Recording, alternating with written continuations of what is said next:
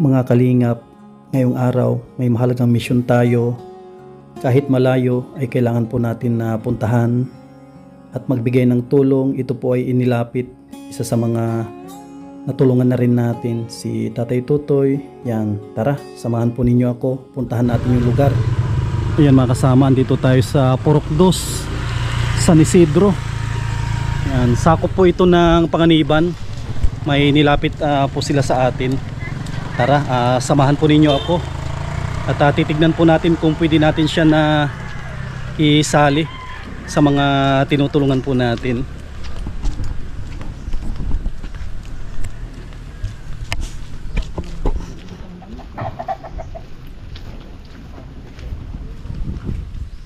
Tao po. Ay, grabe, may malaksi ng aso, oh. Gandang araw po, kuya. Ito pala yung nilapit nila sa atin. Yan, ano na pala yung pangalan mo, tabi, kuya? Joey. Si Kuya Joey. Ulan, naglaba ako. Katatapos mo lang naglaba o naglalaba pa lang? Tinapos ko pa yung iba. Ito pala mga kasama yung nilalabahan ni Kuya Joey. Ba't wala kang tagalaba? Wala po. Sa bahay. Sa makabilang bahay. Mga kasama, grabe, oh. Tignan po ninyo. Grabe yung bahay mo. Anong nangyari dito? Ba't parang tuluan na lahat? Wala ang Kasama, grabe. Ilang taon na pala dito ka, kuya? Dito ka para maliwanag. Diyan ka na lang pala. Dito yung mga anak ko. Alay ka dito, Jasmine. Diyan ka na lang mag-upo, kuya, para maliwanag. Kasama, dito tayo sa mismong lugar. Yung nilapit po sa atin ni Tatay Tutoy. Bali, ang anak mo ay dalawa, kuya. Ilang taon ka na ulit si Kuya Joey? 44. 44. Ano yung hanap buhay mo po dito sa Yung papatnaw ng lupa. Papatnaw yung mga sa kabod. Nagkakabod. Ano yun, araw-araw ka na nagkakabod? Ngayon di ako at maulan, mabigat yung lupa at saka baka mabagsakan sa loob. Gaano kalayo yung pinagkukunan mo? Ng tawag dito yung yung bato ba yun? Yung Parang mag-out Mm-mm. lupa na mga hinakat din dati sa butas. Gaano kalayo yun? Doon sa bundok, dinadala pa namin dyan sa dagat para mapatnaw. Dito na. Baka pwede mong ikwento yung buhay mo, kuya, para alam namin kung paano kami mag-umpisa, kung paano namin ka pwedeng tulungan. Dati kasi nagkakapag nasa Manila pa man, may trabaho man ako kaso nung asawa ko nga ng ibang bahay. Nag-ibang bahay. Paano nangyari yun, yung nag-ibang bahay? Dati ako ang nakatrabaho tapos sumunod siya sa Manila. Hindi ko alam na yun ang palang purpose. Iniwan sa amin mga bata at mga kalaga. Nauna ka sa Manila na nagtrabaho. Ano yung trabaho mo doon, kuya, sa Manila? Ano lang, contraction. Construction, tapos nakasunod siya. Sunod siya. Kasama yung dalawang anak mo. Kasama niya pagturo sa akin. Pagdating doon, ibinigay din sa akin. At matrabaho din daw siya ng kasambahay. Tapos pagdating doon, nalaman ko na booking ko na lang sa cellphone. Meron siyang ka-chat doon. Opo. Hanggang sa ngayon may asawa na, may anak na rin. Hala. Anong taon yun, yung nangyari yun? Nung isang taon pa lang ito. Isang taon pa lang ito. Opo. Tapos sino yung panganay dito sa kanilang dalawa? Ito pong babae. Isang taon pa lang ito. No. Ngayon ilang taon na ito? Ano na? 8. 8 taon. Matagal na pala. Nag-aaral na ito. Paano pag nagtatrabaho ko, sinong naghahatid dito at saka nagsusundo? Maaga man ako na ginagaya ko sila, inatid ko sa school. Pag nakaano na, saka naman ako. Minsan may mga dumadaaman ditong mga kuwan man, alam man na sasakay na nila. Hindi ka naman nahirapan nung yung asawa mo ay umalis? Hindi ka nahirapan sa pag-aalaga sa dalawang anak mo? Sa una, nahirapan kasi maliliit pa ito. Ngayon, survive naman na marunong naman. Mahirap naman, kuya, yung ganun na bigla kang iniwanan, na mahirap na ikaw lang yung nagtataguyod sa kanila. Wala kang inaasahan na... Ay, ikaw sa mahirap po talaga, pero sa awa ng Diyos ay kakaano. May mga tumutulong sa'yo dito na Pag-aaral ng anak mo, wala. Ikaw lang. Ako lang. Wala kang mga kapatid na malapit dito sa inyo. Nasa Maynila po ang mga karamihan mga kapatid ko. Nasa Maynila. Grabe. Magkano naman yung kinikita mo sa isang araw? Ano yun, yung ginagawa namin ng 3 araw yun. 3 araw. At masako, hakot, Mm-mm. tapos yung 4 na win pa, mga 20 sako. Ang salang. Magkano yung kinikita mo sa isang araw kung kikwintahin mo, kuya? Wala alam. Ano lang kami kapon, 300. 300 ang isang araw. Hindi, 3 Ah. araw yun. 3 araw, 300 ang parte mo. Ay, grabe, parang lumalabas lang 100 isang araw. Kasya yun sa pang-araw-araw nyo. Mga kasya naman at ano man, mga ulam-ulam, hindi ka naman bibili, mga gulay-gulay lang na ano. Kasi ako mga kasama, imagine 100 isang araw. Parang hindi ko kayang ikasya yun, yung 100. Hindi ka naman pinanghinaan ng loob na ganyan lang yung parang kinikita mo sa isang araw. Ay, hindi. Lalo nga ako nag-ano. Nagpupursige. Pupursige at siyempre mga anak, ayaw ko makita na. Anong grade na? Ang pangalan mo, Toy? Anthony po. Anthony, anong grade ka na? Grade 3 po. Grade 3. Tapos yung isa si Jasmine po. Jasmine. Jasmine Rose. Jasmine Rose. Ang ganda ni Jasmine. Mga kasama. Siguro ang ganda ng nanay nito. Tapos ang tangos ang ilong. Siguro matangos po yung ilong ng nanay nila. Ano lang. Pakita ka dito ni, ang gandang bata ni Ano ka dito? ni paano to, Jasmine Rose, no? Opo. Ang gandang Dito bata. Dito ka na. Siguro ang matangos yung nanay. Ito nagmana kay papa niya. Ito papa ito. Makapapa. Oh, kamusta yung pag-aaral nyo? Okay lang po. Magkano yung baon ni ang pangalan ang pangalan mo ulit? Anthony po. Magkano yung binibigyan ni papa mo na baon? Tag 25 po. Tig 25 kayo. Tapos si pareho din. Tapos kumikita ka ng 100, may naiwan na 50. Opo. Pambili na lang ano yung bigas. Bigas, tapos yung ulam. Mga gulay-gulay lang. Puti dito sa inyo lugar, walang problema ang pagkukunan ng gulay. Tapos bigas, may bigas po kayo dyan. Meron pa ng kabili at tapon. Ilang kilo yung binili mo, kuya, na bigas? 2. 2 kilo. Kasi may dala ko dyan na bigas. Ito po yung dala kong bigas. Oh. Bigyan natin sa kanila.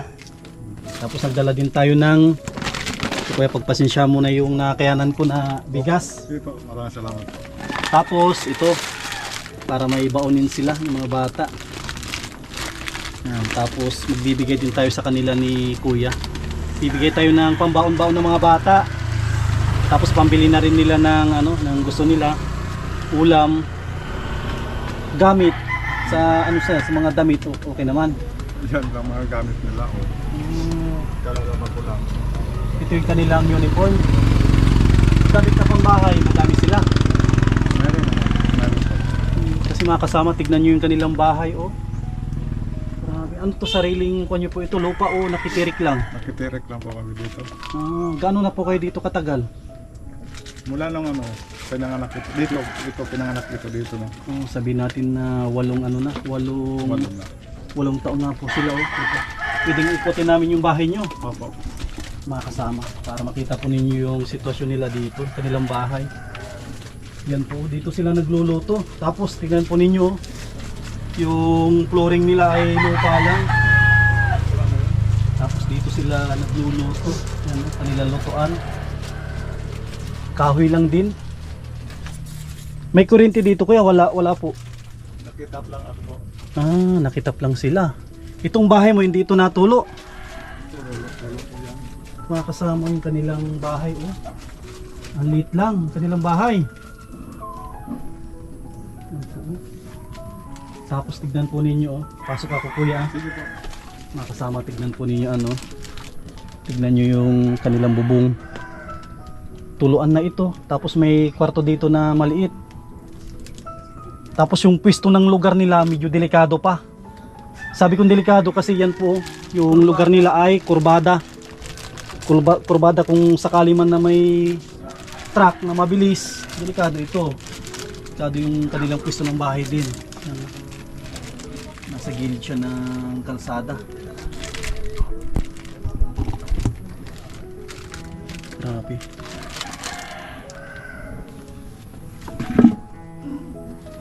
Tayo na ikot na natin yung kanilang kanilang bahay.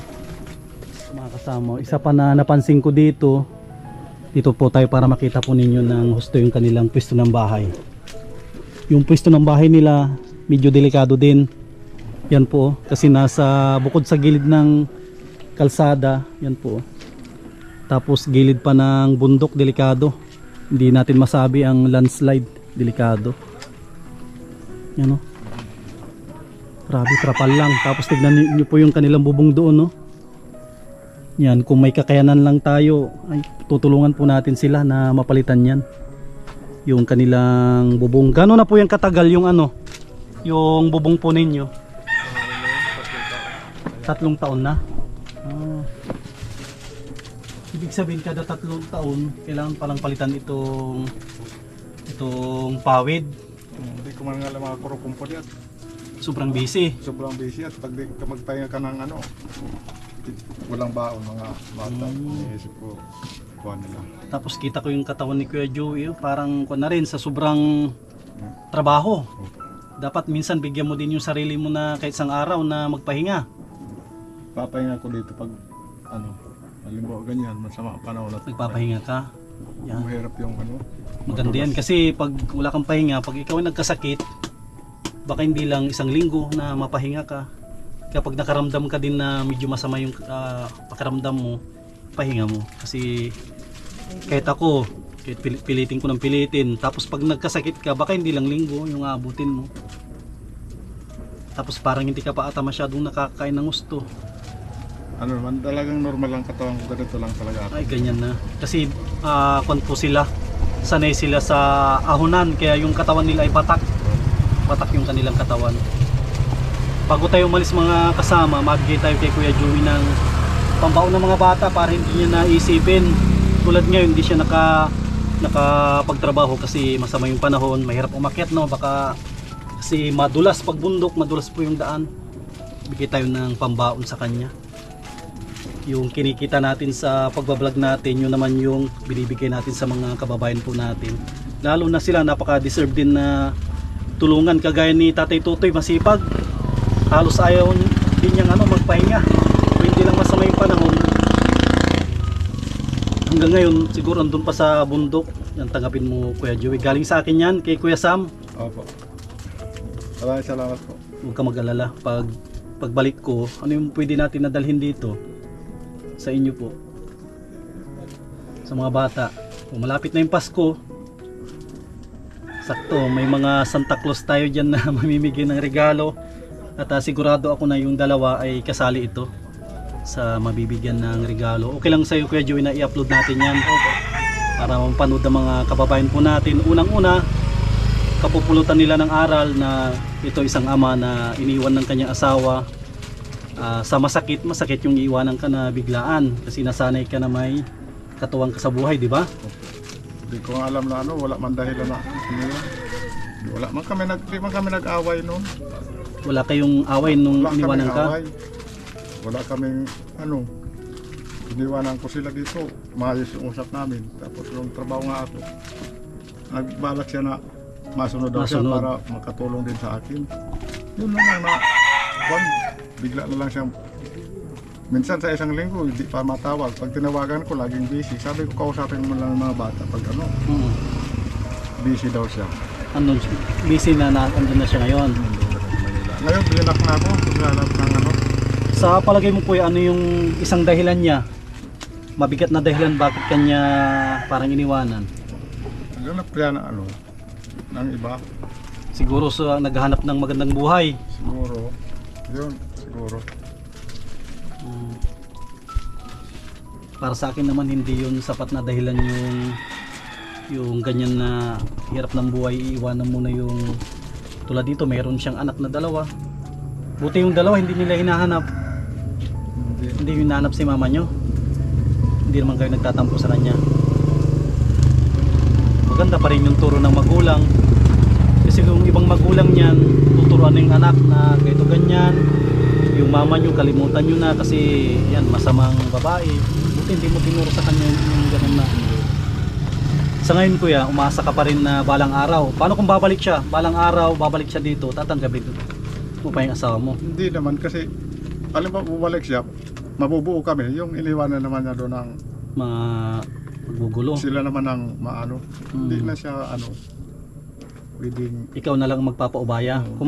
Kung babalik man dito, hindi mo natatanggapin. babalik, mabubuo kami. Tapos sila naman ang ano doon. Yung iniwan niya na kwan yun naman ang Parang mapapabayaan. pabayaan. Hindi po kayo kasal nung Hindi naman misis- kami kasal. Ano lang yun. ang kawaw pa rin dyan mga bata. Kasi wala silang nanay. Tsaka may anak na rin. Buti kung ito yung mga ano na, mga binata at dalaga na. Kaya hindi ako makapagtrabaho kahit gusto ko magtrabaho na Sa malayo. Malayo. Siyempre, ito ang iisipin ko lagi.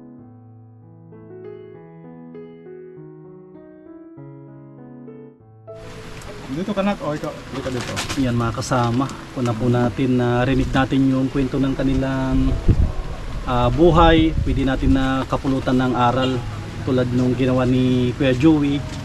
Hindi niya tinuruan yung mga bata na magalit sa kanilang magulang. Ano lang ako Kuya Joey, huwag ka mag-alala. Pabalik-balik din ako dito kasi madalas akong dumadaan dito. Lagi ko nakikita yan. Yung sakyan, di ba? O, tulad ng sabi ko, lagi po ako nadaan dito, napapansin ni Kuya. Napansin ko din yung bata dito na dalawa na naglalaro. Sabi ko, baka pwede ko yun na balikan. Si Tatay Tutoy na yung nagsabi na mayroong pwedeng tulungan dito. Kaya hindi rin ako nagkamali na yung mga bata dito, dalawa, lalaro. Kaya ito mga kasama, sinamantala na natin na magbigay din ng tulong sa kanila. Kahit medyo, tingnan mga kasama, kahit medyo masama yung panahon, ay pinilit po natin na lumabas para makapaghatid po tayo ng tulong sa mga kababayan po natin. Paano yun Kuya Joey? Maalis na rin po kami at maghahanap pa ng mga pwedeng tulungan. Sa pagbalik ko, magdadala po ulit dito ng tulong yung kaya lang natin na ibigay sa kanila. Sa mga bata, baka may gusto kayong hilingin kay Kuya Sam. Anong gusto mong hilingin kay Kuya Sam? Bagong bahay. Bagong bahay.